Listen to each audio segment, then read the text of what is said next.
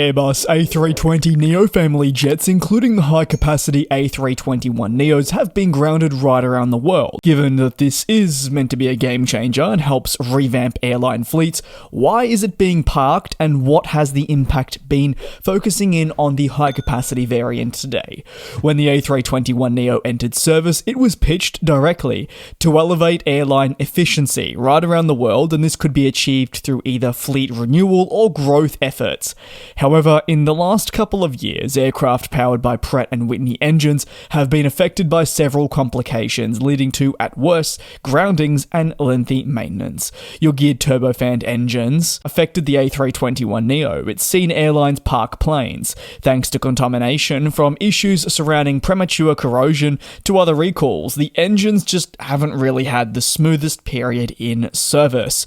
Over the last few years, airlines have been forced to respond to these concerns by sending their engines into the shop for maintenance. However, as the industry emerged from the global pandemic, supply chains were hurting, paired with geopolitical tensions among more. Manufacturers of these engines, well, they've been unable to keep up with the pace of the woes and demands for replacements, spare parts, and ongoing maintenance attempts.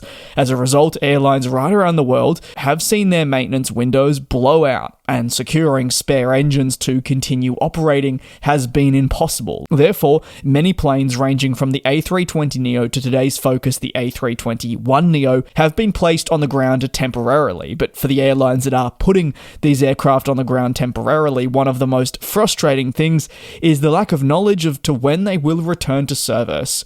While Pratt & Whitney remains at the center of attention for woes with, again, that GTF, there are also complications industry-wide, with Rolls-Royce and its Trent 1000s, which have resulted in Boeing 787s being grounded. Even in the mid-now 2020s, engine reliability remains a concern for manufacturers, and subsequently how airlines will deal with these complications without seeing financial and operational impact.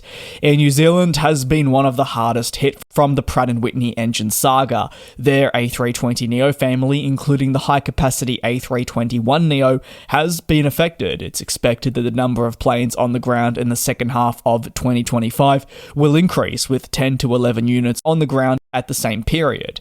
Therefore, the flag carrier actually forecasts that groundings will worsen in the coming months, with all these aforementioned complications driven by the engine manufacturer's supply chain crisis. The airline confirmed that around 5 single-aisle jets would be grounded. Fleet data currently shows that 6 A321neos are on the ground at the time of recording. This subject to change, as if you didn't know, I do try and record these videos in advance to try and help with my work management, given this is all a one-man show. And given the circumstances, the groundings make up part of the airline's struggles in maintaining an operational fleet that is reliable. To mitigate this impact, the airline has been forced to try and source additional spare engines, which has proved pretty difficult. It has also made route adjustments across its single-aisle network, while temporarily leasing jets where possible again. But the leasing market does have its pressures, is a very challenging market to crack, and not all airlines are able to secure the aircraft they desire on the terms they want. In Asia, Japan's All Nippon Airways, ANA, is another company impacted by the Pratt & Whitney engine saga.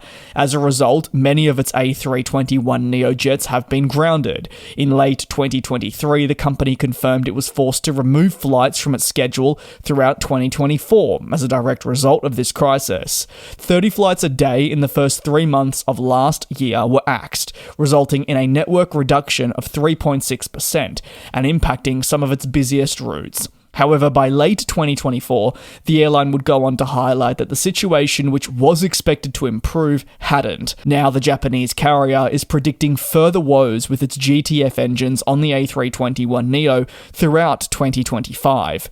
Groundings are expected to continue taking place, and the problems, worse still, are not likely to ease for at least another couple of years, as parties try to scramble to secure additional engines to act as spares. But this, like I touched on, is is very, very difficult. Speaking with Aviation Week, ANA's executive vice president stated that the overall number of A321neo planes on the ground had reduced. However, concerns about acquiring parts and conducting maintenance hadn't reduced and remained a persistent problem that they were struggling to work through.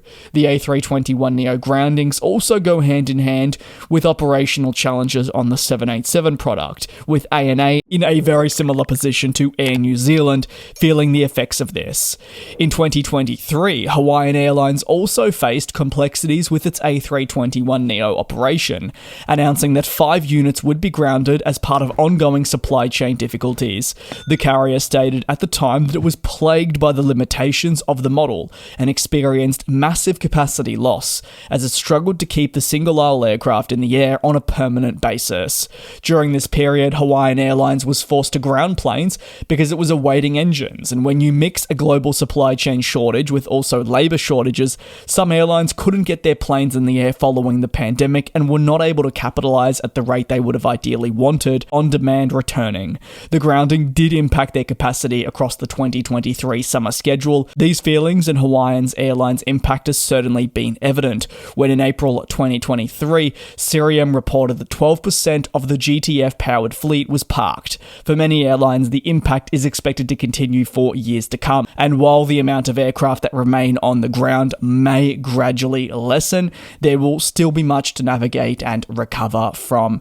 Keen to hear your take down below in the comments on some of the airlines I've touched on, but also no doubt the ones I may have left out of today's story, whether that's Spirit Airlines or some other of your Asian companies that rely on the Airbus A321neo but have struggled with engine complications that have maybe meant for a plane that's meant to carry them for the future, they haven't had that desired impact just as of yet that they were expected to have. Thank you very much for tuning into this video here on the channel. Your support is greatly appreciated. Please take care, do be safe, subscribe if you haven't already, and I'll be back here in a couple of days for your latest industry analysis.